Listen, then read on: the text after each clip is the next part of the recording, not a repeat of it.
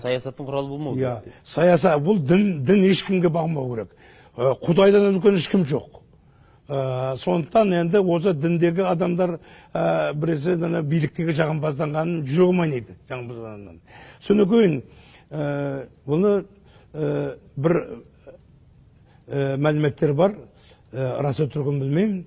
Осындағы жаңағы дін басқаратын адамдардың біраздары сол биліктің айтқанынан шыға алмайды. Солардың түпілген жылайды. Ал дінді сондай жағдайға алып бару бұл өте ұят мәселе. 3-4 жыл бұрын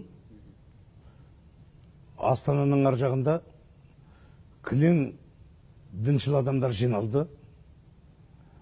Сол жиынға мені де шақырды, сөз берді. Сонда мен бір мәселені көтердім. Осы дінде жүрген адамдардың көпшілігі тазалыққа қарай бұрылса, өкінішке орай барлығы жұрттың қалтасына қарап отырады. Ал бізде таза дін басында жүргендердің ішіндегі тазалары өте сирек дедім. Шынында да солай. Кейде олар биліктің ыңғайына бұрылып кете береді.